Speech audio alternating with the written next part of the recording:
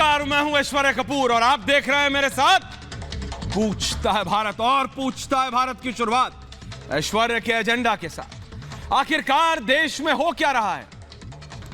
देश का खाकर पाकिस्तान की तरफदारी, देश में रहकर, देश में, भारत में, हिंदुस्तान में रहकर बात भारत के दुश्मनों की एक तरफ और दूसरी तरफ अपनी राजनीतिक रोटियां सेकने के लिए कुछ लोग स्कूल कॉलेजों में पढ़ने वाले बच्चों को धर्म में बांटना चाहते हैं। तुम हिंदू हो, मैं मुस्लिम हूं, तुम सिख, ये ईसाई। ये पैरेलल चल रही हैं दो चीजें। हिजाब पर, बुर्के पे जो हो रहा है वो तो बहस जारी है। उसके अलावा आज कांग्रेस पार्टी तो लगातार बोल ही रही है पिछले 3 वर्षों से। आज ही के दिन 3 साल पहले, दर्शकों ग्राफिक की ओर बढ़ते हैं डायरेक्टर साहब, 3 साल पहले पुलवामा हुआ। क्या मुझे कर्नल शैलेंद्र सिंह, मेजर गौरव आर्या ये बताने की जरूरत है कि क्या हुआ था? हो सकता है राहुल गांधी को याद दिलाने की जरूरत हो, लेकिन 130+ करोड़ भारतीयों में से किसी एक को भी नहीं जरूरत है आज के दिन जो हमारे जवान 3 साल पहले शहीद हुए थे। उसका बदला लिया था भारत ने, और सिर्फ वाणी से नहीं, यानी सिर्फ बोलकर नहीं कि संयुक्त राष्ट्र के पटल पर जाकर खड़े हो गए, बल्कि 12 दिनों के अंदर, जी हां 2 हफ्ते के अंदर अंदर, ठीक 12 दिनों के अंदर 3 साल पहले हमारे वीर जवानों ने जाकर सीमा पार कर एयर स्ट्राइक करके ग्राउंड, हर चीज उन्हें बता दिया था कि हिम्मत मत करना। लेकिन ये हमारे देश के अपने राजनेता हैं, अपने राजनेता हमारे, जी हां आपके और हमारे, जो आते हैं आपके और हमारे पास, दर्शकों आपके पास, जनता के पास वोट मांगने। लेकिन जब बात भारतीय सेना की आती है, भारतीय सैनिकों के शौर्य की आती है, हमारी, तो कहते हैं सबूत दिखाओ। पाकिस्तान की गाने वालों का क्या इलाज है, मैं ये आपसे पूछना चाहता हूं डायरेक्टर साहब, क्या इलाज है? ऐसे लोगों से कैसे निपटा जाए जो सबूत की सियासत तक रहे हैं, सेना से शौर्य का अपमान कर रहे हैं, सेना के, देश से सर्जिकल स्ट्राइक के सबूत मांग रहे हैं, और यह अभी नहीं हो रहा है। इसीलिए आज पुलवामा की बरसी है 2019 में। आज ही के दिन, जैसे मैंने आपको बताया था, देश के लिए लड़ते लड़ते हमारे 40 शूरवीरों ने अपनी जान दे दी थी। राहुल गांधी जी, आज इन जाबाजों की शहादत को याद करने का दिन है, या ये सवाल उठाने का कि हमने जाके एयर स्ट्राइक किया? नहीं, आपको भरोसा नहीं होता अपने सैनिकों पे। मैंने उस दिन भी बोला था जब आपने 2019 में सवाल उठाया था। 22 से मुझे लगा था शायद 3 सालों में विपक्ष में और उन लोगों में जो सबूत गैंग है, सबूत मांगता है हर चीज के, उनसे सबूत नहीं मांगते कि जब पाकिस्तान जाके विश्व पटल पर बोलता है कर्नल शैलेंद्र रमनीक मान कि हम आतंकवाद को नहीं बढ़ावा देते, तो ये लोग जाके उस चीन के साथ कॉन्ट्रैक्ट साइन करते हैं। लेकिन सवाल पूछते हैं अपने ही फौजियों से कि तुमने एयर स्ट्राइक किया या नहीं किया, तुमने काउंटर किया या नहीं किया। और अब और नेता बढ़ रहे हैं उसमें। ये एक और नेता आ गए दूसरे ग्राफिक पर, ये केसीआर हैं। केसीआर साहब ने भी आज कहा, हां भाई मैं तो सवाल पूछूंगा। उनको लग रहा है भाई उनके प्रदेश में बीजेपी आ रही है, बीजेपी को काउंटर करो। जैसे कांग्रेस को एक समय लगा था कि भाई बीजेपी बहुत फैल रही है, काउंटर करो, काउंटर करो, काउंटर करो। अरे लेकिन काउंटर करने के चक्कर में, दूसरे ग्राफिक की ओर चले डायरेक्टर साहब, काउंटर करने के चक्कर में देश के हित को काउंटर कब से करने लगे? और ये सारी चीजें मिली हुई हैं, ये सोच है रमनीक मान, प्रेम शुक्ला जी, एक सोच है जो बंगलौर में हमने देखा था। बुरखे पे स्कूल में, एक संस्थान में, मामला कोर्ट पे है, आखिरी निर्णय कोर्ट का होगा। लेकिन मैं इस सोच की बात कर रहा हूं कि बच्चों को बांट दो कि आखिरी में कपूर है कि खान है। बाखरी ये बांट दो बच्चों को। आपको रमनीक मान जब तक मैं स्कूल में था मुझे नहीं मालूम होता था, आपको पता होता था क्या सर? और ज्यादा बोलते हैं तो बोलते हैं कि देखो सिख भाई भी तो पगड़ी पहनते हैं, आप कंपेयर क्या कर रहे हैं? मैं कहता हूं साहब, आपका जो मन है पहनिए, लेकिन जहां कोई नियम है वो नियम फॉलो कीजिए। फाइनल ऑर्डर कोर्ट देगा, जो कोर्ट कहेगा वो सबको मान्य होगा। लेकिन ये एक सोच है, हर चीज में बांट दो, हर चीज में बांट दो। सवाल उठाओ, सवाल उठाना अच्छी बात है, सिखाया गया था, लेकिन किस चीज पे? इस पे सवाल उठाओ कि तुम्हारे सैनिक कितने शूरवीर हैं। इस पे सवाल उठाओ कि हमारे एरोप्लेनों ने जाके, हमारे फाइटर जेट्स ने जाके सीमा पार करके एयर स्ट्राइक की या नहीं की। इस पे सवाल उठाओ, उस पे सवाल मत उठा लेना। चेंज हो गया ग्राफिक डायरेक्टर। इस पे सवाल मत उठा लेना कि पाकिस्तान आतंकवाद बनाता है कि नहीं, चीन पाकिस्तान को गधे के अवज में बंदूक देता है कि नहीं। नहीं, कांग्रेस पार्टी चीन की कम्युनिस्ट पार्टी के साथ जाके कॉन्ट्रैक्ट साइन करेगी, लेकिन क्योंकि देश का प्रधानमंत्री यह व्यक्ति है जिनका नाम नरेंद्र मोदी है, वो आपको पसंद नहीं क्योंकि उसको आप हरा नहीं पा रहे, तो आप उस पे सवाल नहीं उठा सकते, तो सेना पे सवाल उठा दो। उत्तर प्रदेश में आप हरा नहीं पा रहे, तो वहां दूसरी जगह इसको मुद्दा बना दो। नहीं तो रमनीक मान, मैं ये मानने को तैयार नहीं था सर कि जो बंगलौर से या कर्नाटक के उडुपी किसी और शहर से एक संस्थान में हुआ, वो दिल्ली, जयपुर, लुधियाना, अलीगढ़ मुस्लिम यूनिवर्सिटी के बाहर दिल्ली के शाहीन बाग पहुंच जाएगा। प्रॉपर बैनर, वही सब चीजें होने लगेंगी और सिंक्रोनाइज्ड। क्यों? क्योंकि मौका चाहिए सवाल। मतलब मैं हर बार कहता हूं anti BJP is allowed boss, हम डेमोक्रेसी में उठाइए ना, ये गलत करते हैं सवाल उठाइए। आपको मोदी पसंद नहीं, सवाल उठाइए, आपका राजनीतिक भाई राइट है, लेकिन राष्ट्र से सवाल। अब ये सेना से सवाल, ये पहली बार हुआ है, ये पहली बार हुआ है कि सेना से सवाल फैशनेबल हो गया है। लोगों को अच्छा नहीं लगेगा, लेकिन मैं सही बोल रहा हूं, सेना से सवाल ये लोग फैशनेबल बनाने की कोशिश में है, लेकिन ये भूल रहे हैं ये हिंदुस्तान है बॉस, ये पाकिस्तान या अफगानिस्तान या कोई यूरोप की कंट्री नहीं कि जहां अपने ही सैनिकों से सवाल पूछने फैशन हो। ये पूछना फैशन ना हो कि हर चीज में हिंदू मुसलमान क्या ढूंढते हो, लेकिन हमारे सैनिकों ने बॉर्डर पार जाके मारा, ये इनके लिए पूछना, इनको लगता है कि इनकी सारी जो डेमोक्रेटिक राइट है वो इन्हें यही मिलती, यहीं पे इन्हें पूरी अपनी डेमोक्रेसी का, जिसे मैं कहूं फायदा उठाना है, तो इस पे उठाना है कि हमारे सैनिकों ने क्या किया, मैं इस पे पूछूंगा। और बाकी सारे टाइम ये कहां घूम रहे हैं, कहां सो रहे हैं, कहां खा रहे, कोई मतलब नहीं, किसी और चीज पे कोई मतलब नहीं, बेसिक इश्यूज पे कोई नहीं। इन्हें हर साल अब याद आता है। प्रेम शुक्ला जी जब पहली बार हुआ था, आपको याद है? कर्नल शैलेंद्र, प्रेम शुक्ला, रमनीक मान, प्रीति पांडे, दूसरी तरफ रत्नाकर त्रिपाठी जी हैं, कांग्रेस के नेता हैं, तस्लीम रहमानी जी हैं, दानिश कुरैशी हैं, प्रियंका राणा हैं। मैं कर्नल शैलेंद्र आपके पास आ रहा हूं सर, सबसे पहले पैनल खोल दीजिए डायरेक्टर साहब।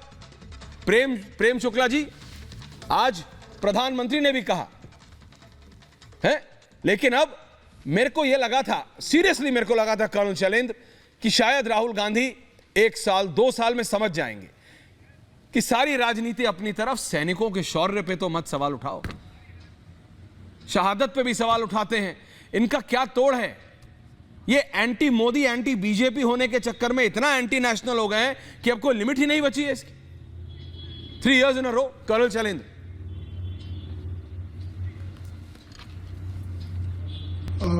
सर देखिए, बड़े दुख की बात है कि अगर कांग्रेस या राहुल गांधी, में एक्चुअली उन दोनों को कंबाइन नहीं करूंगा, क्योंकि हो सकता है कल कांग्रेस बोल दे कि ये उनका अपना निजी मामला है, उनकी निजी व्यू हैं जी।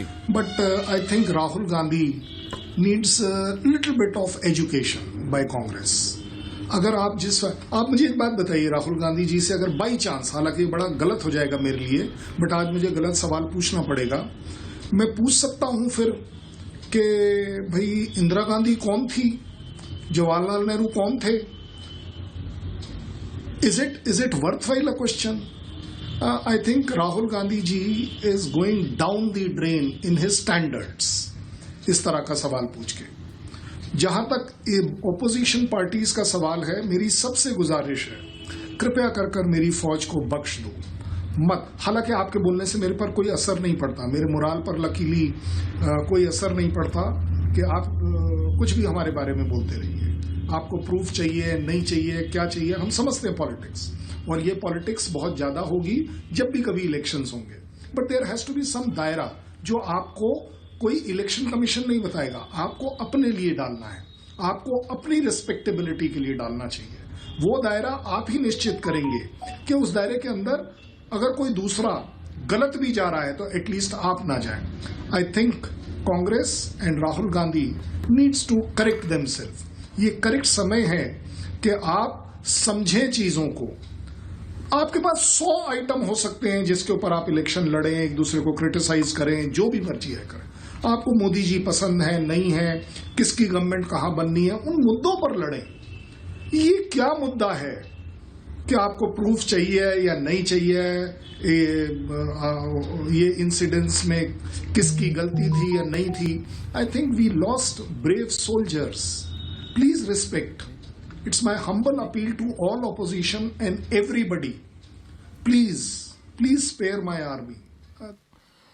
बिल्कुल कर्नल शैलेंद्र, और इस समय मेरे साथ एक्सक्लूसिव जुड़ रहे हैं केरला के गवर्नर, पूर्व कैबिनेट मंत्री, और जब वो कैबिनेट मंत्री बने थे पहली बार 1984 में, मैं तो स्कूल में था साहब,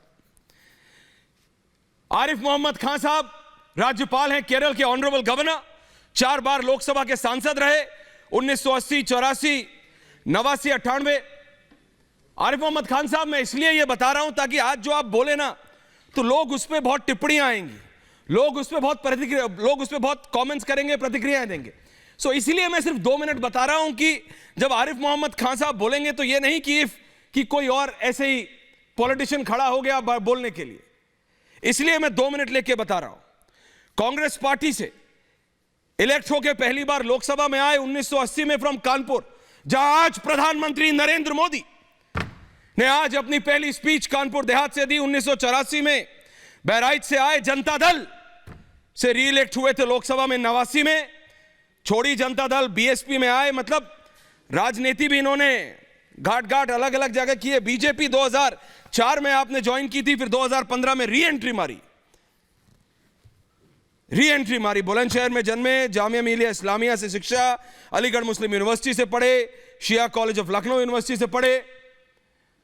तो आरिफ मोहम्मद खान साहब, जब मैं आपसे पूछूं सर, नॉट क्योंकि मैं जाता है आज आप एक कॉन्स्टिट्यूशनल पोजीशन पे बैठे हैं आरिफ साहब, लेकिन एज एन इंडियन सिटीजन, एक भारतीय नागरिक की तरह, एक इंडियन पॉलिटिशियन की तरह, एक ऐसा व्यक्ति who's been in the Indian parliament 4 times sir, 4 बार विधायक भी रहे हैं आप 77 में, अगर मैं गलत नहीं कह रहा हूं तो।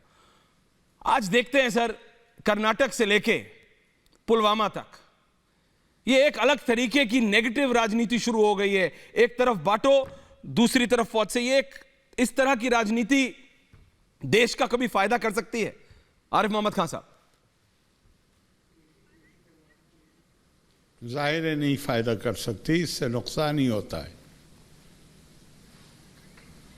तो इसका तोड़ क्या है आरिफ साहब? इसका तोड़ क्या है? आवाज नहीं आ रही मुझे।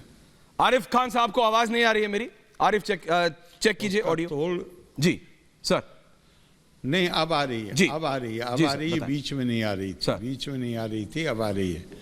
उसका है कि किसी बहुत बड़े दार्शनिक ने कहा है कि मैंने जिंदगी में खुश रहने का तरीका सीख लिया है कि जो जी बेवकूफ़ी की बातें करते हैं उनको नज़रअंदाज करना मैंने अपने आप को ट्रेन कर लिया है।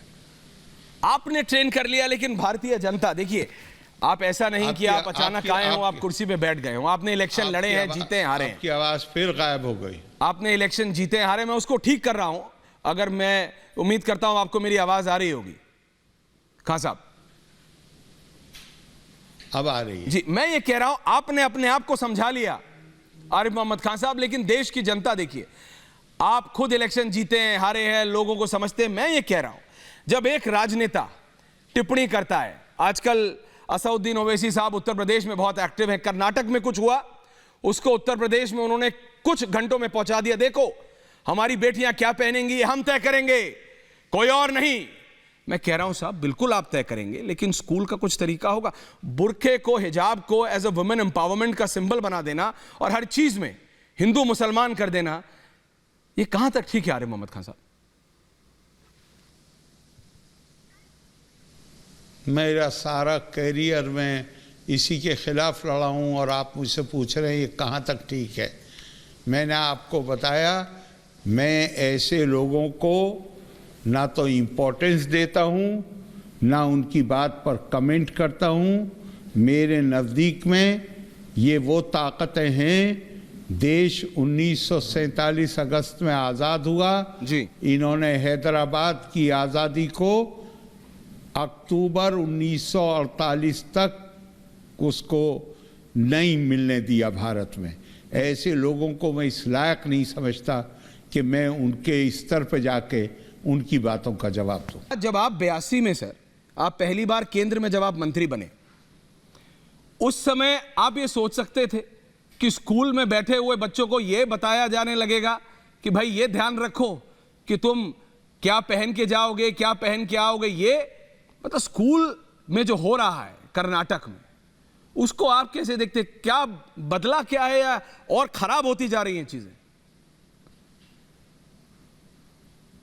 आप मुझसे जो घट रहा है उस पर सवाल पूछिए, कंपैरिजन मत कराइए, क्योंकि आपको नहीं मालूम है। इससे भी खराब स्थिति थी, इससे भी खराब स्थिति थी। उस जमाने के उर्दू अखबारों को पढ़िए। आज की स्थिति यह है कि इस देश में कौन क्या पहनता है, नहीं पहनता है, इस पे सरकार की तरफ से ना कोई पाबंदी है, ना किसी इजाजत की जरूरत है। लेकिन जब आप किसी संस्था में दाखिले के लिए आप दरखास्त देते हैं, आप उस पर एडमिशन फॉर्म पे दस्तखत करते हैं, तो आप एक सिविल कॉन्ट्रैक्ट करते हैं और आप ये कहते हैं कि मैं इस संस्था के अनुशासन का पाबंद रहूंगा या रहूंगी। जी। अगर कोई ऐसी कंडीशन लगाई जाती है जो दाखिले के वक्त नहीं थी, तो निश्चित तौर पर आपको आपत्ति करने का अधिकार है, लेकिन आपकी आज़ादी है। अगर आपको किसी शिक्षण संस्था की का अनुशासन पसंद नहीं है, आप जिसका जहां अनुशासन पसंद हो आपको, या जहां अनुशासन की कोई बात ही ना हो, आप वहां दाखिला ले सकते हैं। इसमें विवाद का कहां विषय है? नहीं, लेकिन आरिफ मोहम्मद खान साहब, यही तो बात है। ये तो पहले दिन से कहा जा रहा है, लेकिन उसका क्या करें जो विवाद बनाना चाहते हैं? उनका क्या करें जो ठीक एक समय पे जानबूझ के हिंदू मुसलमान करना चाहते हैं? ये करिए कि उसका तरीका यह है कि उनको इग्नोर करिए, उनको पब्लिसिटी मत दीजिए। वो ये सब इसीलिए बोलते हैं कि आप उनको, वो अकेले पॉलिटिशियन नहीं है, और भी बहुत सारे हैं। लेकिन हमारी प्रॉब्लम यह है कि जब आदमी कुत्ते के काटता है तो न्यूज बनती है, कुत्ता काटता है आदमी के, वो न्यूज नहीं होती है। खान साहब, आजकल सोशल मीडिया का जमाना है, आपको भी पता है।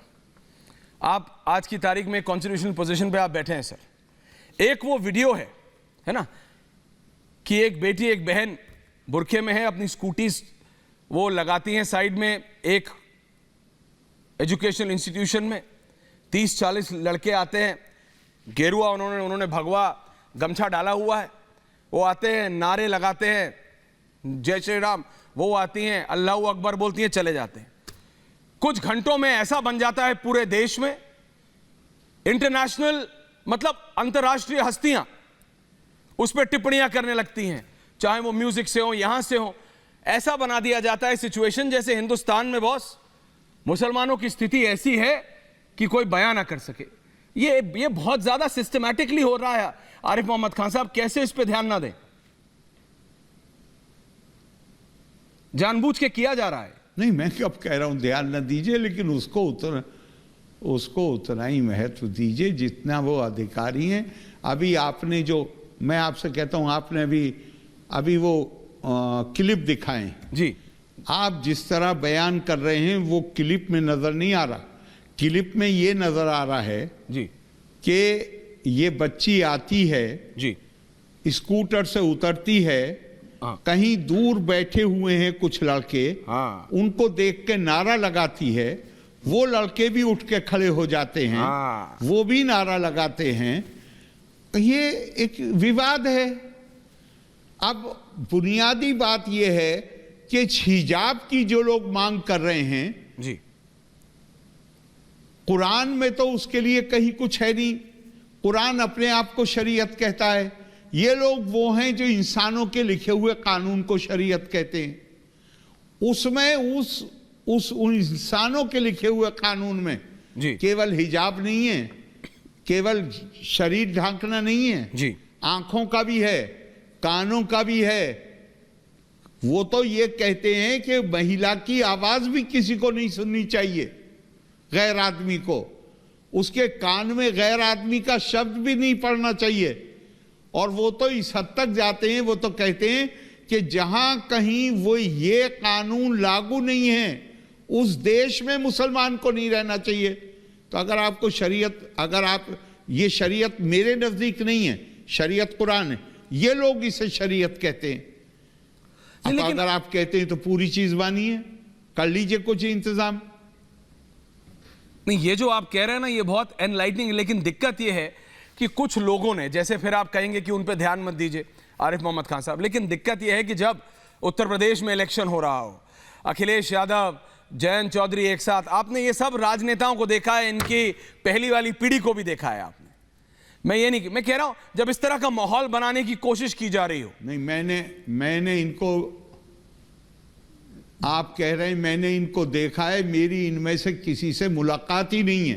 क्या बात कर रहे हैं आप? नेताजी को नहीं जानते? पहली पीढ़ी जो है उनको मैंने देखा है। हाँ, वही मैं कह रहा हूं ना। अरे उनको देखा है भाई, इनको नहीं देखा। मैं कह रहा हूं, नहीं कह रहे, आप कह रहे हैं मैं कह रहा हूं नेताजी अखिलेश यादव, मैं कह रहा हूं नेताजी मुलायम सिंह यादव, बहन जी, इन सब के साथ इन सब की राजनीति आपने देखी है।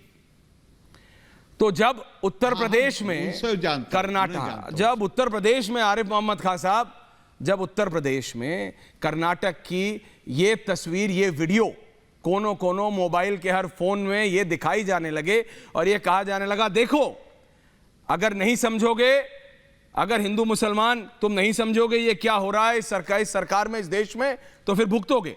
ये एनवायरनमेंट जबरदस्ती बनवा के, और अंतर्राष्ट्रीय कई बड़े बड़े चेहरों से हमने पहले भी देखा है अन्य चीजों में, कई बड़े बड़े जिनका ना हिंदुस्तान से कोई मतलब, ना इस विषय से कोई मतलब, ना एजुकेशन से कोई मतलब, वो लोग इस पे टिप्पणियां देते हैं, भारत की स्थिति पे टिप्पणी देते हैं। जो आपने कहा ना कि तुम्हें नहीं पता, इससे भी कई खराब हालात थे, उर्दू के अखबार पढ़ो। तो ये जानबूझ के ऐसा एनवायरनमेंट बनाना, ऐसी हवा बनाने की कोशिश कर देना कि आज की स्थिति इतनी खराब है साहब, तुम सोच नहीं सकते। ये एक सोचा समझा षड्यंत्र है आरिफ मोहम्मद खान साहब, इसको तोड़ने की जरूरत है सर।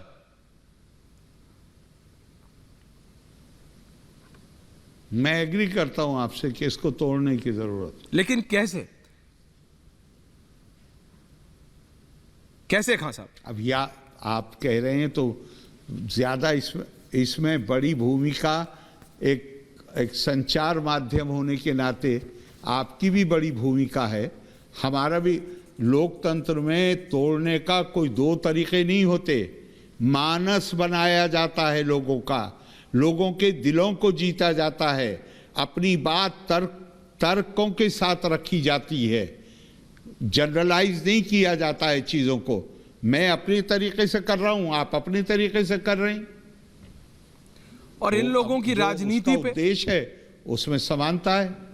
और इन लोगों की राजनीति को आप कैसे देखते हैं खान साहब, जो लोग who thrive on such divisive politics? क्योंकि आज पुलवामा की बरसी, जब मैं आपसे बात कर रहा हूं, आज ही के दिन 3 साल पहले आरिफ मोहम्मद खान साहब, हमारे देश पे अटैक हुआ था, 40 हमारे जाबाज शहीद हो गए थे। जब पहली बार राहुल गांधी खड़े होकर सबूत मांगे ना, तो मेरे को लगा बस इनके जो मतलब एडवाइजर उन्होंने गलती कर दी। लेकिन 3 years in a row sir, आज भी वो खड़े होते हैं, बोलते हैं मेरे को प्रूफ दो कि हमारे जाबाज, हमारे सैनिक गए थे, हमारी फौज जाके मारा कि नहीं। कभी चीन से सबूत नहीं मांगते सर, कभी पाकिस्तान से सबूत नहीं मांगते। ये अपनी ही सेना से सबूत मांगना, ये नया फैशनेबल ट्रेंड होता जा रहा है। मुझे ट्रेंड के बारे में नहीं पता, चूंकि मैं पॉलिटिक्स को बहुत अब क्लोजली वॉच नहीं करता हूं, लेकिन जो आप बता रहे हैं वो कहा है तो बहुत अफसोसनाक। पहली बार नहीं sir, 3 years in a row। और वो अकेले नहीं, केसीआर साहब भी आ गए। केसीआर साहब भी कह रहे हैं कि हां, पूछूंगा मैं प्रधानमंत्री से, क्यों नहीं पूछूं, कि हमारी आर्मी, हमारी एयरफोर्स ने एयर स्ट्राइक किया कि नहीं, प्रूफ दो। प्रूफ मांगता हूं मैं। अपनी आर्मी से प्रूफ मांगने का ये क्या तरीका है खान साहब? ये तो वही लोग जवाब दे सकते हैं, मैं कैसे बता सकता हूं आपको? नहीं, मैं एज ए पॉलिटिशियन आपसे पूछ रहा हूं। देखिए, अफसोस, देखिए, मैं जानता हूं आप कॉन्स्टिट्यूशनल पोजीशन में, you are Kerala governor, but sir इस तरह की राजनीति के पीछे एक सोच है सर। भाई मैं कहां इनकार कर रहा हूं, मैं कहता रहा हूं, मैं अफसोस का इजहार कर सकता हूं, मैं कैसे दूसरे के एक्शन को एक्सप्लेन कर सकता हूं? नहीं, but why do you feel, मतलब मैं ये कह रहा हूं खान साहब, जब आप देखते हैं कि इस तरह की चीजें हो रही हैं, इस तरह की टिप्पणियां हो रही हैं भारत की राजनीति में आज, मैंने बात भाई कितनी बार कहूं कि मुझे अफसोस महसूस होता है, और क्या कहूं। आपको लगता है कि भारत की जनता इस तरह की नेगेटिव राजनीति को कभी भी एक्सेप्ट करेगी sir? I just take 2 more minutes of you. आप ये सवाल कर रहे हैं, मैं समझता हूं कि बगैर सोचे मैं कह सकता हूं कि नेगेटिविटी को लोग एक्सेप्ट नहीं करते। आपको लगता है सर कि जो कर्नाटक में हो रहा है, मैं बहुत पॉइंट ब्लैंक पूछ रहा हूं, लास्ट सवाल मुझे बताया जा रहा है, आपको जाना है कि जो कर्नाटक में हुआ, क्योंकि जो विपक्ष है उसका एक ये सबसे बड़ा काउंटर आ रहा है कि ये इसलिए हो रहा है क्योंकि यूपी में इलेक्शंस है, और वो ये कहते हैं इसलिए करा रहे हैं, और वो जो रूलिंग पार्टी है उस पर करते हैं कि इसलिए रूलिंग पार्टी करा रही है क्योंकि उन्हें यूपी में इसका फायदा चाहिए।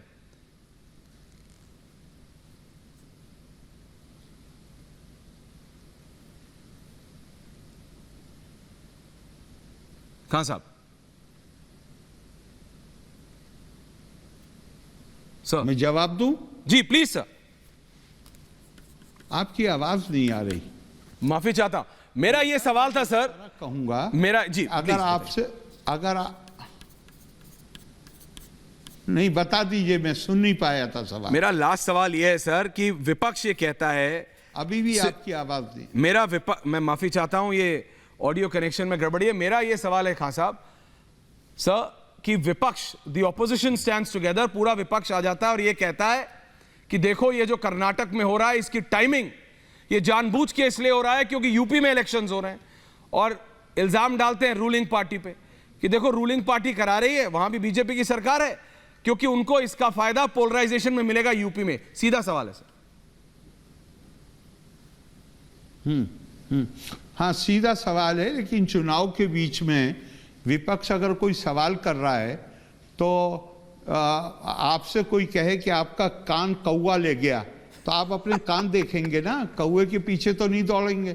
तो मेरे लिए ये मुनासिब नहीं है। मैं तो इसमें बिलीव करता हूं कि मैं अपने कान देखूंगा, और मेरे पद की जो मर्यादा है जी, वो ये है कि चुनाव के बीच में विपक्ष क्या बोलता है उसके बारे में मुझे उस पर कोई टिप्पणी नहीं करनी चाहिए। टिप्पणी नहीं करनी चाहिए। तो ये थे आरिफ मोहम्मद खान साहब, governor Kerala. Thank you so much sir, बहुत बहुत धन्यवाद रिपब्लिक मीडिया नेटवर्क से बात करने के लिए। Thank you sir. Thank you, धन्यवाद। Thank you. अब मैं जा रहा हूं सीधा पैनल के पास। प्रेम शुक्ला जी, कर्नल शैलेंद्र, रमनीक मान, प्रीति पांडे। प्रेम शुक्ला जी, आपने सुना, देखिए आरिफ मोहम्मद खान साहब का अपना एक स्टाइल है बोलने का, वो बोल जाते हैं, चाहे वो कौवे वाली बात हो जिससे उन्होंने एंड किया या पहला, लेकिन इस तरह की राजनीति जब इतनी नेगेटिविटी होने लगती है ना, चाहे मैं कर्नाटक की बात करूं, हिजाब की, या इधर पुलवामा पे सवाल की, तो ना यू स्टार्ट, आपको ना पॉलिटिशियंस की तरफ एक बहुत ही नेगेटिव सी फीलिंग आने लगती है। प्रेम शुक्ला जी, आम जनता को मैं बताऊं, 1 लाख से ऊपर टिप्पणियां आई हैं। नेगेटिव तो बहुत जी नहीं, सर प्लीज। तो इसके लिए ऐश्वर्य जी आप विघटनकारी राजनीति को ललकार रहे हैं। कांग्रेस बारंबार इस देश में विघटनकारी राजनीति को ललकारने का कुकृत्य कर रही है। वो टुकड़े टुकड़े गिरोह के साथ खड़ी हो जाती है, वो नक्सलियों के साथ खड़ी हो जाती है, सत्ता में रहने पर वो आतंकवादियों को नॉन स्टेट एक्टर करने लगती है। और जब आतंकवादियों के खिलाफ निर्णायक कार्रवाई हो रही है, देखिए भारत जब सर्जिकल स्ट्राइक करता है तो वह अमेरिका जैसी, इसराइल जैसी जिनकी अपनी परंपरा रही है कि जो कोई उनके नागरिकों का निर्दयता पूर्वक हत्या करेगा उसको ढूंढ कर घुस कर मारेंगे, यह भारत ने किया। इससे जो विश्व में भारत के नागरिकों की सुरक्षा के प्रति भारत सरकार का जो भाव है वो पूरी दुनिया को गया, तो भारत का नागरिक सुरक्षित हुआ। अब इससे विघटनकारियों को तो पीड़ा होती है, जो आतंकवाद की रोटी खाते रहे, आतंकवाद के बाद से डराकर जीने की जिन्होंने आदत डाल रखी थी, जो आतंकी शक्तियों को भी पोषित करेंगे और उसके बाद जो है विघटनकारी शक्तियों को भी शक्ति प्रदान करेंगे, उनको पीड़ा होती है। तो कभी हिजाब के नाम पर, कभी CAA के नाम पर रोज कुछ कारण निकालेंगे वो, और रोज कारण निकालकर हम कैसे इस देश को विश्व पटल पर बदनाम कर सके, हम समग्र हिंदू समाज को असहिष्णु आतंकवादी घोषित कर सके, हम सिखों को अलगाववादी घोषित कर सके, हम बौद्धों को जो है इसी तरह बांट सके, हम ईसाइयों को बांट सके, हम मुसलमानों के टुकड़े टुकड़े करवाने की कोशिश करें, उनको लगातार जो है ये बताएं कि आप एक बंद समाज हो, तालिबान की तरह बिहेव करो।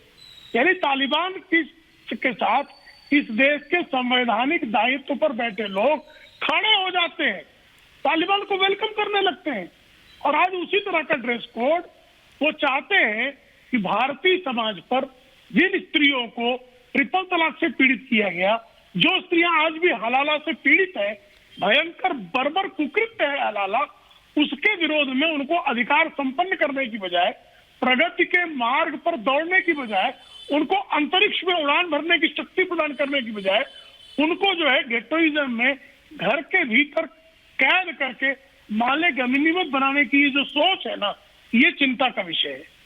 रमनीक मान जी, देखिए ये एक है, रत्नाकर जी मैं आ रहा हूं आपके पास।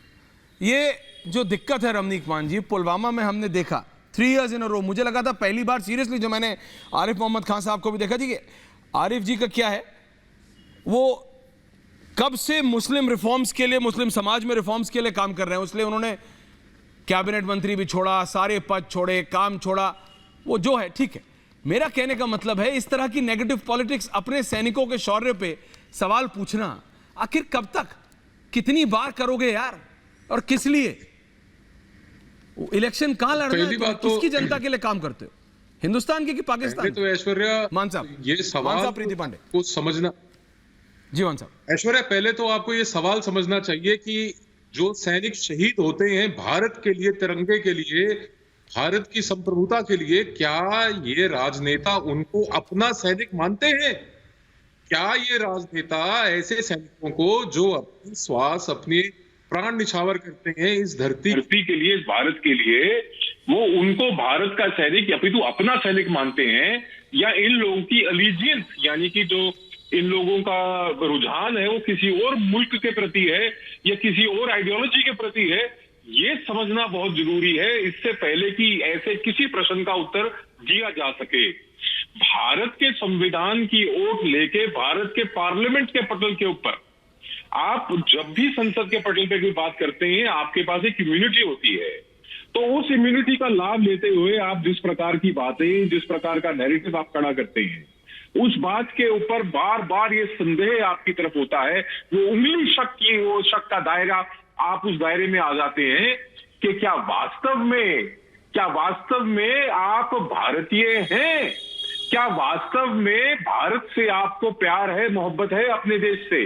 तो ये सवाल जब पहले आप इसको एड्रेस कर लेंगे, उसके बाद जितनी तमाम बातें हैं जिनको आप पूछ रहे हैं, उनका आपको उत्तर मिलता चला जाएगा। और एक बड़ी महत्वपूर्ण बात जिसके ऊपर मैं टिप्पणी करना चाहता हूं, वो लोग जिनकी सोच का दायरा बहुत सूक्ष्म है, बहुत छोटा है, जिन लोगों को उतनी गहराई में समझ नहीं है, जब वो हिजाब की और पगड़ी की बात करते हैं, कंपैरिजन करते हैं, पगड़ी निशानी है प्रोटेक्शन की, पगड़ी निशानी है ताकत की, ये बहुत इंपॉर्टेंट, पगड़ी निशानी है इक्वालिटी की।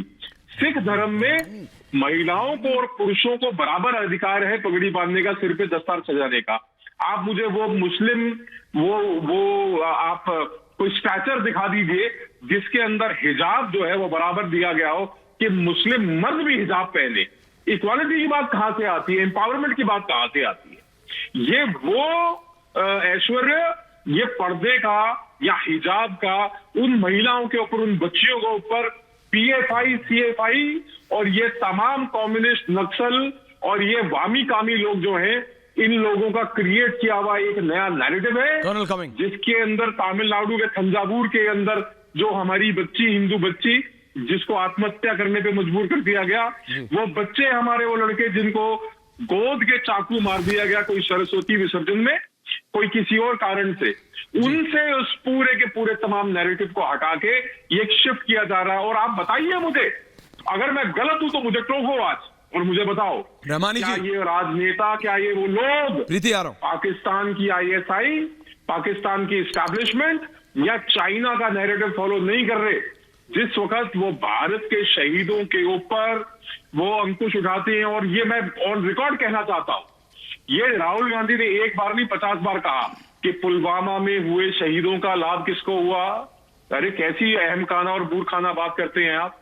आप देश के लिए शहीद होने वाले लोगों की मौत का, उनकी शहादत का आप मूल्य लगाते हैं, आप उसका आंकलन करते हैं, किसको फायदा किसको नुकसान हुआ? रहमानी जी जवाब दे रहे हैं। प्रेम कुमार जी आ रहा हूं, प्रेम शर्मा जी आ रहा हूं, एनआरसी का रोक, प्रेम शुक्ला जी आ रहा हूं। इसमें किसका फायदा हो रहा है बताइए? ये देश रहमानी जी विभाजनकारी जो बातें हो रही है, इसमें किसका फायदा हो रहा है बताइए? एक बार के लिए ये बताइए कि जब ये झूठ फैलाया गया कि नागरिकता छीन ली जाएगी, ये भाषण होने दीजिए, पूरा भाषण पूरा कर ले तो इलेक्शन स्पीच है। नहीं, इलेक्शन स्पीच है। जरा आरिफ साहब के साथ ज्यादा हो गया, इसलिए मैं सबको टाइम देके आप बोलेंगे तो आप किसी को बोलने नहीं देंगे। वो बोल, मैं आपको भी तो टाइम दे रहा हूँ ना, सीधा आप ही के पास आ रहा हूँ। प्रोग्राम लग रहा है, कमेंट्स, हाँ, बोलिए पार्टी के लोग बोले जा रहे हैं। आपको 35 मिनट हो गए रूलिंग पार्टी को बुलवाते हुए। इलेक्शन का स्पॉन्सर्ड प्रोग्राम लग रहा है ये। आपको बहुत, जब आपको देता हूं 10 मिनट तब तो कभी नहीं बोला कि स्पॉन्सर्ड लग रहा। चलिए कोई बात नहीं, बोलिए रहमानी जी। नहीं, कब आज तक अगर दिए हो तो मुझे आज तो नाम ही गलत ले लिया रहमानी जी। आज you woken up on the wrong side of the bed. Anyways Rahmani ji बोलिए, coming back on the debate, debate पे आते हैं रहमानी जी। चलिए आप, आपके पास आ रहा हूं, डिबेट। हमारी आर्मी, बोलिए, एक सेकंड मान साहब बोल दिया उन्होंने। हाँ बोलिए। कोई ऑटोनॉमस बॉडी नहीं है, कोई इंडिपेंडेंट बॉडी नहीं है, गवर्नमेंट ऑफ इंडिया का एक पार्ट है जो हमारी सुरक्षा के लिए इस देश में सम्मानित पार्ट है, लेकिन वो उसके कमांडर इन चीफ हमारे प्रेसिडेंट ऑफ इंडिया होते हैं। जब आर्मी के बारे में कुछ कहा जाता है तो हमारे वीर सैनिकों से नहीं कहा जाता, सरकार से कहा जाता है। उसका सीधा मतलब ये होता है कि क्वेश्चन सरकार पे किया जा रहा है, सेना से नहीं किया जा रहा। जब हम किसी भी गवर्नमेंट डिपार्टमेंट में कोई जरा ये बता देंगे रहमानी जी, ये जो आपने ऐसा ग्राउंड शैटरिंग और जो लोग और शैटरिंग एक्सप्लोसिव जानकारी आपने दी है अभी आ गए रहमानी जी, टेररिज्म खत्म, रहमानी जी, ये जो आपने बिल्कुल अर्थ शैटरिंग, ग्राउंड शैटरिंग जानकारी अभी मुझे और दर्शकों को दी है, जिसको सुन के रत्नाकर त्रिपाठी की मुस्कान थम नहीं रही है। ये तो बता दीजिए कितने नौजवान कि कौन सी दो, ये कांग्रेस और चाइना की पॉलिटिकल पार्टी के बीच में ये कौन सा राजनीतिक कॉन्ट्रैक्ट होता है जिसके बारे में ना सोनिया गांधी कुछ बोलती है ना राहुल गांधी, उसके बारे में कोई कुछ नहीं। सुनिए तो मैं बताऊं क्या है आपको, क्या है आपको राहुल गांधी का ना ये जो वो लगता है ना कि कोई इससे ना बोल दे। आतंकवाद का खात्मा हो गया।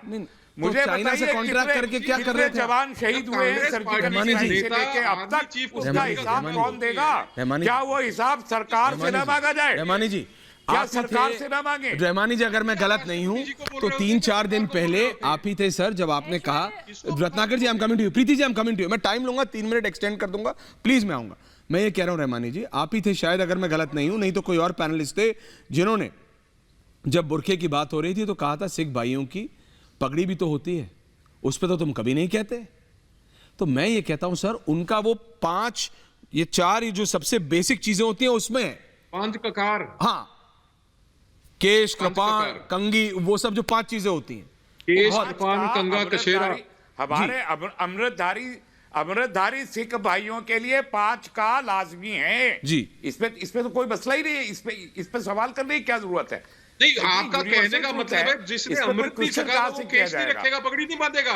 ये आप बताओगे रहमानी साहब, क्या वाहियात बात कर दी आपने, कैसी वाहियात? आप बताएंगे मेरे को कि मैं अगर अनिवार्य है, उनके लिए लाजमी है, रखने की नहीं रखने, यू विल टेल मी मैं कंगा कसेरा के कड़ा करपान मैं रखड़ी की नहीं रखड़ी, सिक्खी मैंने कब कहा, मैं तो आप ही का बोल रहा हूँ। अरे हर एक सास के साथ निभाएंगे। आपको बोलने का इतना शौक है कि सुनते नहीं बता दीजिए, आपको बोलने का इतना शौक है कि सुनते नहीं है। इक्वालिटी है हिजाब में। मैंने कहा कि वो बताइए ना, शुक्ला जी आ रहा हूं। मैं सिख थोड़े हूँ, अपने धर्म के बारे में जितना आप जानते हैं मैं नहीं दीजिए ना, आप अपनी बात आप सिख हैं, आप ज्यादा जानते हैं, मैं आपके बारे में नहीं जानता, मैंने तो टांग नहीं अड़ा रही है। आप मेरे बारे में टांग मत अड़ाइए ना, आप नहीं जानते, आप मुसलमान नहीं हैं, आप मुसलमान नहीं हैं, आप मुसलमानों के बारे में पांडे रत्नाकर त्रिपाठी एस वेल, प्रीति पांडे रत्नाकर त्रिपाठी। सर मैं आ रहा हूं, देखिए आप लोग ना इधर उधर, रहमानी जी देखिए बाइट क्या है, इधर उधर चला जाता है, फिर सारा डिबेट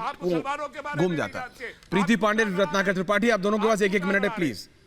प्रीति जी रत्नाकर त्रिपाठी, बाकियों के पास भी जाना है। प्रेम शुक्ला जी शांत है, प्रेम शुक्ला जी को भी ले आइए, प्रीति जी और फिर रत्नाकर त्रिपाठी। मुझे सवाल में पूछे, मैं तो जवाब लूंगा पहले एक रहमानी साहब के लिए प्लीज। हाँ लीजिए, पूछे।